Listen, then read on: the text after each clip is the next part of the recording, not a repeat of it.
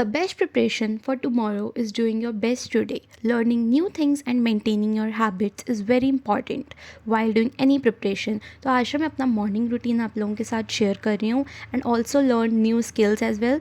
तो hope you will like this video. Welcome back to my channel Shri Medha vlogs. तो आज मैं अराउंड 6 o'clock उठ गई थी. फिर मैं अपने मम्मा के साथ वॉक पर गई और ना आपको सच बताऊँ, this view and calmness in the morning and in winters gives the inner peace to us. तो आप लोगों को भी ज़रूर जाना चाहिए मॉर्निंग वॉक पे. फिर मैं घर पे आकर गर्म पानी किया और छत पर गई थी for morning freshness and the natural air. आप लोगों ने अगर मेरी पुरानी वीडियो देखी होगी, आपको पता है मैं मॉर्निंग फ्रेशनेस के लिए ज़रूर जाती हूँ. ये हेल्प करता है प्रिपरेशन में भी और अपनी फ़िटनेस को भी अच्छा रखता है, आलस को दूर रखता है. उसके बाद मैंने थोड़ी बहुत स्ट्रेचिंग करी ताकि वार्म अप कर सकूं और उसके बाद मैंने जंपिंग करी थी. फिर ना मैंने स्क्वाट्स करे थे just for fitness exercise. Actually अभी मैं अपनी स्ट्रेंथ इंक्रीज़ कर रही हूँ, तो मैंने 10 स्क्वाट्स करे एंड वॉल पुशअप्स किए थे. एक्चुअली अभी पुशअप्स मुझसे हो नहीं पाते जो नॉर्मल पुशअप्स होते हैं, तो मैं सोच रही हूँ वॉल पुशअप्स ही करूँ. वो मैंने 5 ही करे थे.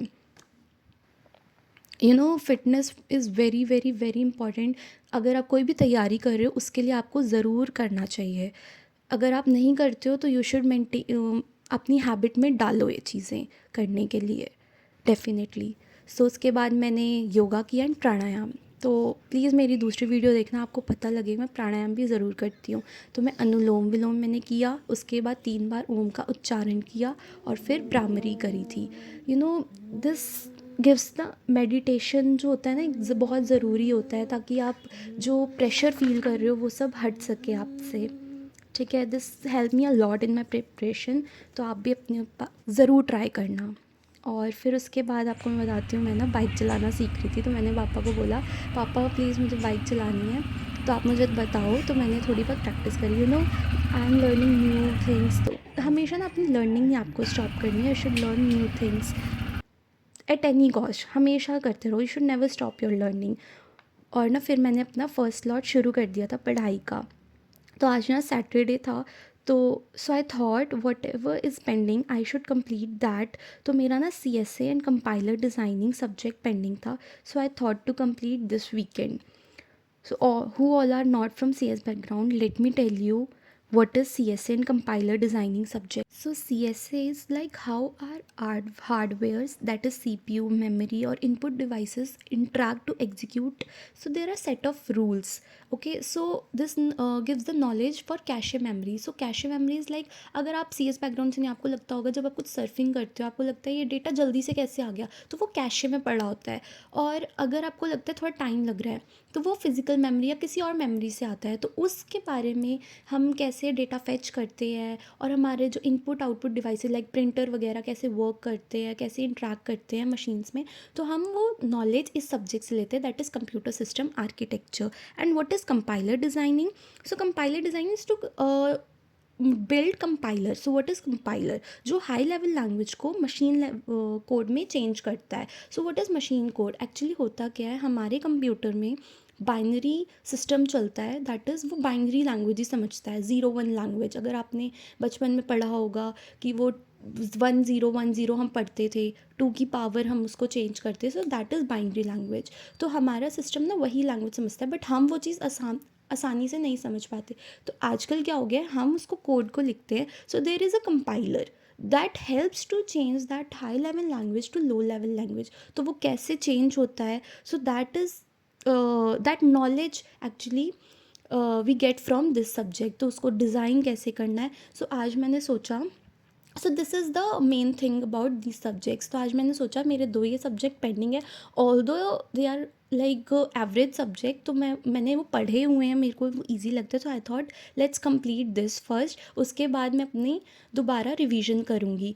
और क्योंकि मुझे मॉक भी देने हैं तो फटाफट मैं इन चीज़ों को कंप्लीट करूँ. So here is my first lot has completed. उसके बाद फिर मैं नहाने चली गई थी और उसके बाद मैं मंदिर गई.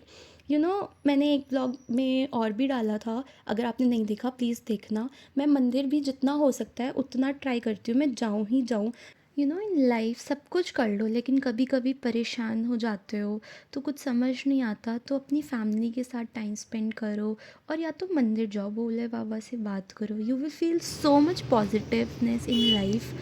तो आपको ना हर चीज़ अच्छी लगती है। फिर उसके बाद मैं घर आ गई थी और मैंने घर आके मैंने ब्रेकफास्ट किया। आज ना ब्रेकफास्ट में मैंने ब्रेड बटर खाया था और साथ में मैं तारक मेहता देख रही थी। आपको पता है मेरी ना गो टू थिंग है कि अगर कुछ ना मिले ना कि क्या देखूँ जस्ट फॉर थिंग, तो मैं तारक मेहता लगा लेती हूँ। बहुत अच्छा लग रहा है। और अभी ना चड्डी गैंग वाले एपिसोड चल रहे थे, तो आपको भी ना कभी अगर लगे तो आपको तारक मेहता देखना चाहिए। अगर नहीं देखा है तो ज़रूर देखना। पता है अपनी ना आपको लर्निंग कभी स्टॉप नहीं करनी चाहिए। हमेशा लर्न करते रहो, नई नई चीज़ें करते रहो, क्योंकि वाइल प्रिपरेशन अगर आप सिर्फ एक चीज़ पे फोकस रहोगे ना तो प्रेशर भी ज़्यादा फील करोगे। अगर मल्टीपल चीज़ें भी करोगे साथ में, just without pressure without tension, तो आपको बहुत बहुत बहुत अच्छा लगेगा, ट्रस्ट मी। फिर उसके बाद ना मैंने गजक खाई थी।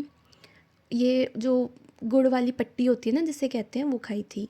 उसके बाद फिर मैंने अपना नेक्स्ट लॉट शुरू कर दिया था, that is computer system architecture का ही। तो आज मैंने सोचा था मैं उस कंप्लीट करके रहूँगी, क्योंकि ये वाला सब्जेक्ट ना मेरा रह गया था। सो आई थॉट अब मैं रिवीजन फ़ेज़ में हूँ, तो जो अपना पेंडिंग है सारा कंप्लीट कर दूँ। और मैं ना ट्राई करती हूँ मैं व्लॉग ज़्यादा से ज़्यादा शेयर करूँ, बट अभी ना मैं बीच में थोड़ा बिज़ी हो गई थी, कभी इधर जाना कभी उधर जाना, तो उस चीज़ में मैं शेयर नहीं कर पा रही थी। But now I have shared my GATE preparation and maximum of you like that video. अभी मैंने स्टार्ट ही किया है YouTube, so I so happy, thanks for watching. Please ऐसे ही सपोर्ट करते रहना। और अभी ना मैं उसी की प्रिपरेशन CSA ही कंप्लीट करूँगी। और मेरी एक ना चीज़ है कि अपने ऊपर हमेशा ट्रस्ट करो, trust yourself and never like कभी ना अपने हार्ड वर्क पे वो मत करना कि यार कैसे करूँ क्या करूँ। Okay, you should trust your hard work every time and अपनी टेंशन को हटाओ और अपनी प्रिपरेशन पे बस ध्यान दो without pressure. Okay, thanks for watching, hope you like this video and do hit the like button. Please subscribe to my channel and all the best to all of those who are preparing for the gate exam and any other exam. आप अच्छा करो अपनी exam में। और अगर date आने वाली है तो और ज़्यादा हार्ड वर्क करो। यू शुड नो कि आपका गोल क्या है। आपका गोल हमेशा क्लियर होना चाहिए कि आप अपनी फैमिली के लिए कर रहे हो, किसके लिए कर रहे हो। हर एक की लाइफ में प्रॉब्लम्स होती है, बट उस प्रॉब्लम से उठ कर, उस प्रॉब्लम को भूल कर, क्योंकि कोई नहीं सुनने वाला प्रॉब्लम क्या है क्या नहीं। Ultimately the result matters, so you should try, you should give your best. Okay, so thanks for watching. फिर मिलते हैं, मैं एक और ब्लॉग कब शेयर करूँगी। Bye bye, thanks for watching.